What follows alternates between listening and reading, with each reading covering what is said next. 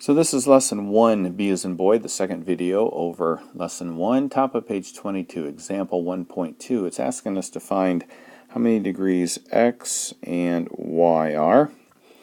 And one of the things that we know is we have a straight angle right here. And the degree of this entire angle right here is 180 degrees. Well, we're taking away 150, so whatever's left is what's going to be our x. So that's going to be a 30-degree angle. Well, so we found that x is 30, and this one is 40, so y is going to be, so the other angle is 40, so y is going to be whatever it is for a whole triangle minus what we're already given, which is going to be 110 degrees for y. Alright, so the next section is on transversals.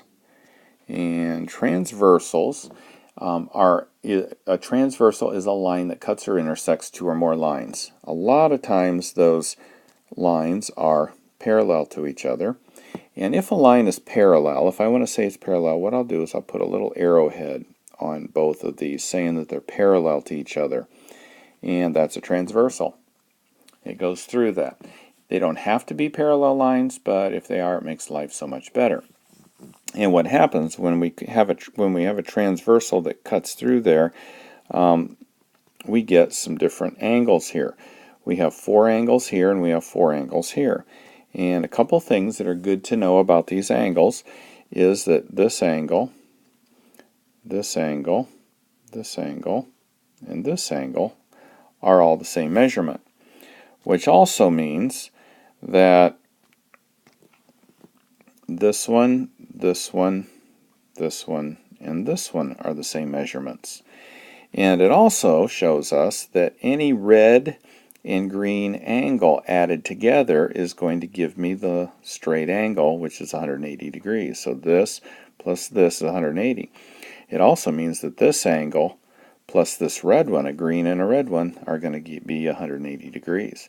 So I can get a lot of information because of that transversal, but that's only if they're parallel. So for example, if this, let's do it in green, if this is a 60-degree angle, I can find out what all the other angles are in red and green based on just knowing that one 60-degree angle. This next section, the last section, has to do with proportional segments, page 23, 1 and D as in dog. And what we've got here is we've got 3 parallel lines with 2 transversals through those parallel lines. And I am looking at finding out what x is, and this is where we use proportions, and I do this differently than what the book does. And what I do is I look and say, okay, 2 is to 3 as 4 is to x. So I look at my numbers here and compare those with a division sign, and these numbers here and compare those with a division sign. If you don't like doing it that way, you can go 2 is to 4 as 3 is to x. And you will get the exact same answer regardless of what direction you go. Whether you do the 2 is to 4 as 3 is to x or 2 is to 3 as 4 is to x. And then you'll just cross multiply. So you get 2x equals 12. And x then will equal 6. Or if you do this cross multiplying here, 2x equals 12, x equals 6.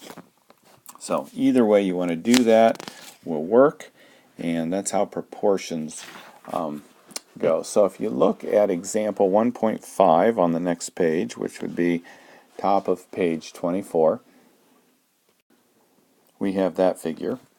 So let's look at this. 2 is to 5 as 8/3 is to x. So let's cross multiply. 2x equals 40 over 3. We'll divide both sides by 2. So we have 40 over 3. When you divide, you can invert and multiply. And then I can cancel that and make that a 20. So I get 20 over 3 for my answer. If I wanted to do this in pink, 2 is to 8/3 as 5 is to x. I can do that, and I'll still end up with the exact same answer. So that's how you do proportions. If you look at what the book does, you'll be very confused because I do it completely different than what the book does. So you might not be able to figure out how the two compare there. So just be careful with that if you're going to look at the book.